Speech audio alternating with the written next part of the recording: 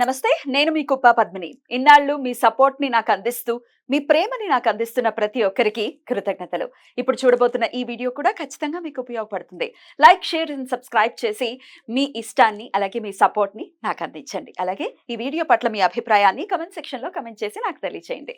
నమస్తే. నమస్తే. Welcome to our channel. నేను పద్మిని. ప్రస్తుతం మనతో పాటు ఆస్ట్రాలజర్, టారో కార్డ్ రీడర్, అలాగే క్రిస్టల్ హీలర్ అనుపమ అడుప గారు ఉన్నారు. మాట్లాడదాం. అనుపమ గారు నమస్తే అండి. నమస్తే పద్మిని. అనుపమ గారు, వివాహానికి సంబంధించి రకరకాల ఇబ్బందులు అయితే ఫేస్ చేస్తూనే ఉన్నారు.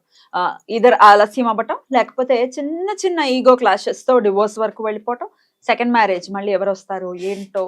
ఒకసారి లేట్ అయితే ఒక కన్ఫ్యూజన్ ఉంటుంది చాలా మందికి. లేట్ అయిపోతే ఇంక ఏదో ఒకట్లే చేసేసుకుందాం, ఇది కూడా పోతే ఇంక మళ్ళీ వస్తుందో రాదో సంబంధం అన్న కన్ఫ్యూజన్ ఖచ్చితంగా ఉంటుంది. అందుకే పెద్దవాళ్ళు ఏదైనా మన వాళ్ళు చేశారు అంటే అది ఊరికే కాదు. అవును, చిన్న వయసులో చక్కగా ఒక 20-25 అట్లీస్ట్ 25 లోపు చేసుకుంటే అందం వేరు. పిల్లల్లో ఉండేటటువంటి అందం చాలా బ్యూటిఫుల్ గా ఉంటారు కదా ఆ టైంలో. Correct age.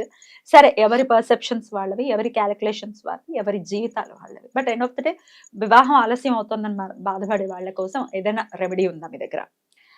జనరలీ మనకి మ్యారేజ్ చూసుకుంటే మళ్ళీ ఫస్ట్ లగ్న లార్డ్ అది చాలా ఇంపార్టెంట్ అన్నమాట. వాటికి అఫ్లిక్షన్స్ ఉండకూడదు.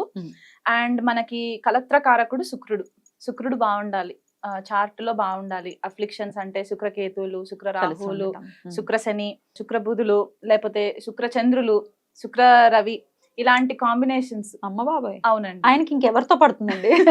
జనరలీ శుక్రకుజులు కూడా వాళ్ళకి తొందరగా మ్యారేజ్ అవుతుంది. వాళ్ళకి ఏంటంటే మ్యూచువల్ అట్రాక్షన్ అనమాట. శుక్రకుజులు ఉంటుంది కదా, ఉంటుంది, మ్యూచువల్ అట్రాక్షన్ ఉంటుంది. జనరలీ మనం ఏం చెప్పుకుంటామంటే అర్ధనారీశ్వర యోగం అని చెప్తూ ఉంటారు. శుక్రకుజులు కలిసి ఉంటే వీళ్ళకి ఏంటంటే ఆ మ్యూచువల్ అట్రాక్షన్. ఈ శుక్రకుజుల కాంబినేషన్ ఉన్నప్పుడు మళ్ళీ బుధుడు కానీ, చంద్రుడు కానీ, గురువు కానీ, ఇలాంటి ప్లానెట్స్, రాహుకేతులు దృష్టి కానీ పడద్దు అనమాట. ఆ కాంబినేషన్స్ లో ఉండద్దు.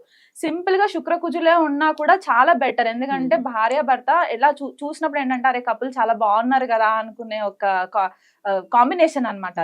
మ్యూచువల్ అట్రాక్షన్ ఉండాలి ఇద్దరికి, వాళ్ళిద్దరికే ఉండాలి కదా. ఉండాలి. మధ్యలో ఇంకెవరు థర్డ్ పార్టీ ఇన్ఫ్లుయెన్స్ ఉండడానికి ఈ గ్రహాల ఆస్పెక్ట్స్ ఉండకూడదు, కంజంక్షన్స్ ఉండకూడదు. అవి ఉంటే ప్రాబ్లమ్స్ వస్తాయి. సో చాలా మంది నానుడు ఏంటి అంటే శుక్రకుజులు అనేసరికి కొద్దిగా భయపడుతూ ఉంటారు అన్నమాట. క్యారెక్టర్ అసాసినేషన్స్ కూడా ఉంటాయి కదా. ఉంటాయండి, ఖచ్చితంగా ఉంటాయి. అంటే పాపం వాళ్ళు ఏం చేయకపోయినా కొన్నిసార్లు వాళ్ళకి అలా ఒక టైటిల్ వచ్చేసింది అనమాట. తప్పు కదా, తప్పే అండి. ఖచ్చితంగా తప్పే. సబ్జెక్ట్ తెలిసిన వాడి దగ్గరికి వెళ్తేనే బెటర్. ఇట్లా ఏదో వేగ్ గా మాట్లాడటం అనేది ఇబ్బంది పెడుతుంది కదా. అవునండి, ఖచ్చితంగా ఇబ్బంది పెడుతుంది. సో ఇలాంటి ప్లానెట్స్ ఉన్నప్పుడు మనకు కొద్దిగా ప్రాబ్లమ్స్ వస్తూ ఉంటాయి అన్నమాట. ఫస్ట్ మనము డిలే మ్యారేజెస్ ఎందుకు జరుగుతాయి? కొంతమందికి 35 దాటినా కూడా మనకి పెళ్ళవ్వని సిచ్యువేషన్స్ కొన్ని ఉంటాయి.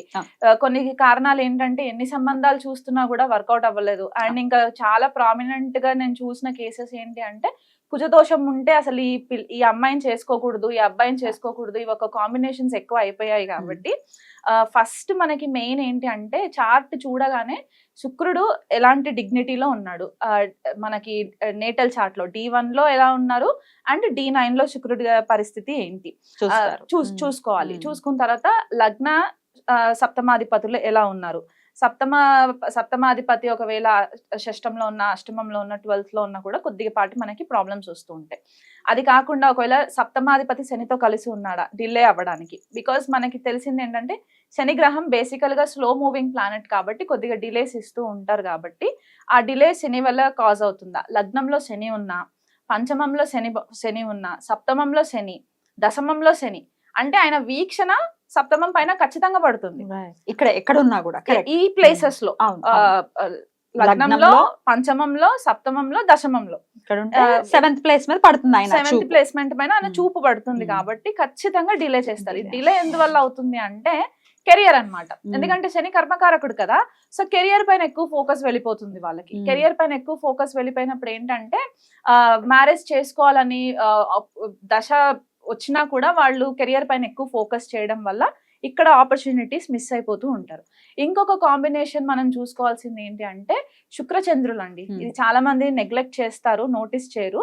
కానీ శుక్రచంద్రుల కాంబినేషన్స్ కూడా మనకి కొద్దిపాటిగా డిలేస్ ఇస్తూ ఉంటది అనమాట. స్టోరీస్ నేను తర్వాత నెక్స్ట్ ఎపిసోడ్స్ లో చెప్తాను డీటెయిల్డ్ గా. బట్ ఈ కాంబినేషన్స్ మనకి డిలేస్ ఇస్తూ ఉంటుంది. అండ్ కుజుడు ప్లేస్మెంట్స్ కొన్నిసార్లు కుజుడు సప్తమంలో ఉన్న మీరు ఎలా కన్సిడర్ చేస్తారు కుజ దోషాన్ని? నేను జనరల్ గా కొన్ని క్యాన్సిలేషన్స్ ఉంటాయండి మనకి లగ్నాలని బట్టి మనకి కొన్ని క్యాన్సిలేషన్స్ ఉంటాయి కాబట్టి జనరల్ గా నేను ఒకవేళ కుజదోషం కనిపిస్తుంది చార్ట్ లో ఉంది అని అనుకుంటే కనుక నేను వాళ్ళకి సజెస్ట్ చేసేది ఏంటి అంటే 28th ఇయర్ తర్వాత మ్యారేజ్ చేసుకోవడానికి నేను అడ్వైస్ ఇస్తాను. నలిఫై అంటే మాక్సిమం కొద్దిపాటిగా సాఫ్ట్ అవుతుంది, ఎందుకంటే కుజుడు మెచ్యూర్ అవుతారు అనమాట. 28th ఇయర్ తర్వాత ఆయన యొక్క మెలిఫిక్ ఎఫెక్ట్స్ ఏవైతే ఉంటాయో అవి మెల్లిగా తగ్గిపోతూ ఉంటాయి, నార్మలైజ్ అవుతాయి. కాబట్టి ఆ యంగ్ బ్లడ్ ఏదైతే ఉంటుందో అది కొద్దిపాటిగా తగ్గుముఖం పడుతుంది అనమాట. సో ఆ ప్యాషన్ ఏదైతే ఉంటుందో అది ఈ మ్యారిటల్ రిలేషన్షిప్ లో ప్యాషన్ ఎక్కువ ఫోకస్ అవ్వడానికి హెల్ప్ అవుతుంది. కాబట్టి ఆ ఒక ఆప్షన్ చెప్తాను. ఒకవేళ దాని వల్ల మనకి ఏమైనా ఇబ్బందులు అవుతున్నాయి అంటే గనక రావి చెట్టుకి పూజ చేసుకోవడము, త్వరగా పెళ్ళవడానికి. ఒకవేళ కుజుడు పాడైపోయి కుజుడు వల్ల ప్రాబ్లం కనబడుతుంది మనకి చార్ట్ లో పెళ్ళవడానికి అని అనుకుంటే విష్ణు ప్రతిమతో పెళ్లి చేసుకోవడము ముందు, ఫస్ట్ విష్ణు ప్రతిమతో పెళ్లి, లేకపోతే కుంభ వివాహం విష్ణు ప్రతిమతో కూడా చేస్తారు. అంటే నార్మల్ గా విష్ణుమూర్తిని తన ఫస్ట్ భార్య గాని భర్త గాని అనుకొని విష్ణు ప్రతిమతో పూజ చేస్తారు, లేకపోతే రావి చెట్టుకి ఇచ్చి పెళ్లి చేస్తారు. సేమ్ నార్మల్ మనకి మ్యారేజ్ తంత ఎలా ఉంటుందో అట్లాగే ఉంటుంది. కాకపోతే ఏంటంటే మనం ఇక్కడ ఫస్ట్ మ్యారేజ్ ఒకవేళ కుజుడు చాలా పవర్ఫుల్ గా ఉండి ప్రాబ్లం క్రియేట్ చేస్తున్నాడు అని అనుకుంటే కనుక అది ఆ ఫస్ట్ మ్యారేజ్ బ్రేక్ అవి సెకండ్ మ్యారేజ్ లాంగ్ లాస్టింగ్ గా ఉండడానికి మనం ఇది ఒక చిన్న కార్యక్రమం చేసుకోవాలి. కుంభ వివాహం, అర్క వివాహం ఇలాంటివి. ఇది డిలే మ్యారేజెస్ కి అయితే శనికి గనక డిలే అవుతుంది అని అనుకున్నా, శుక్రచంద్రుల వల్ల డిలేస్ అవుతున్నాయి అనుకున్నా కూడా మనం వాళ్ళకి చెప్పవలసిన రెమెడీ ఏంటి అంటే రుక్మిణి కళ్యాణం అండి.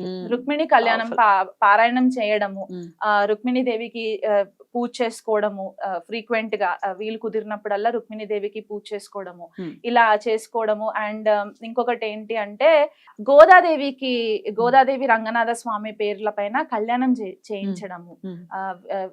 ఇలాంటి రెమెడీస్ మనము కొద్దిగా ఫైనాన్షియల్ గా ఎవరైనా వీక్ ఉన్న వాళ్ళు ఉంటే గనక చిన్నగా, పెద్దగా కాకపోయినా ఒక చిన్నగా చేయించుకోవడము.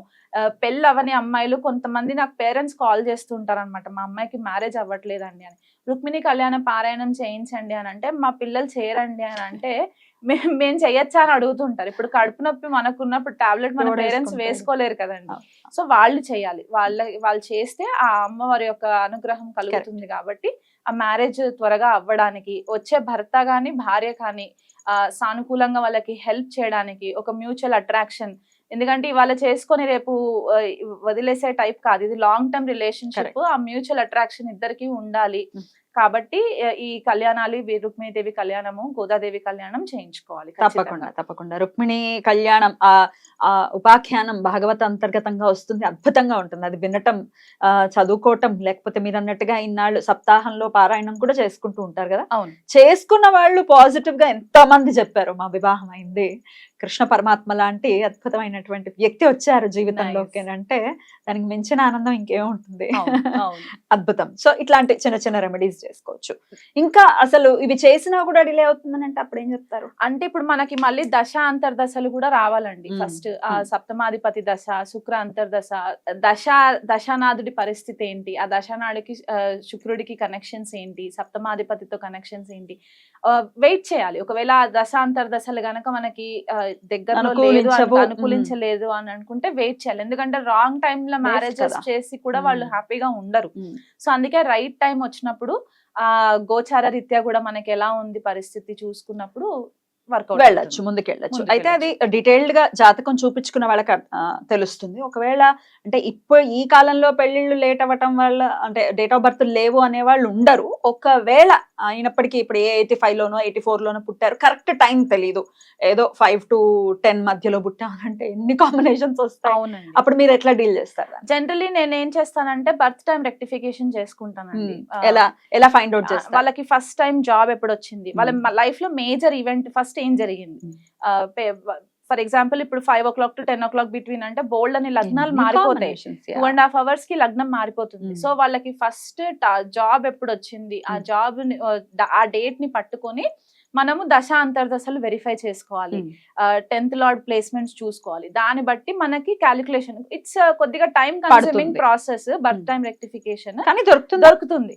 వీలైనంత మట్టుకు దొరుకుతుంది మనకి క్లారిటీగా. ప్రశ్న లగ్నం కూడా చూస్తారా? ఆ ప్రశ్న వేసుకోవచ్చు, మనము ప్రశ్న వేసుకోవచ్చు. అండ్ ఒకవేళ నిజంగా టైం కరెక్ట్ గా తెలీదు అని అనుకున్నా చంద్రరాశి నుంచి చూసినా కూడా మనకి తెలిసిపోతుంది అండి చార్ట్.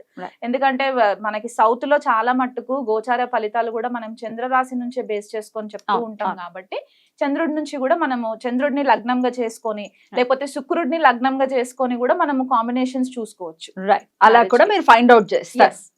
అద్భుతం అండి, చాలా బ్యూటిఫుల్ గా ఎక్స్ప్లెయిన్ చేశారు. సో ఈ రెమెడీస్ ని ఫాలో చేసుకుని ఇంకా అవ్వలేదు అని అనుకుంటే డెఫినెట్ గా ఒకసారి జాతకాన్ని చూపించుకునేటటువంటి ప్రయత్నం చేయండి. అనుపమ గారిని కాంటాక్ట్ చేసేటటువంటి ప్రయత్నం ఖచ్చితంగా చేయండి. రైట్, థ్యాంక్ యూ అనుపమ గారు. నమస్తే. నమస్తే అండి.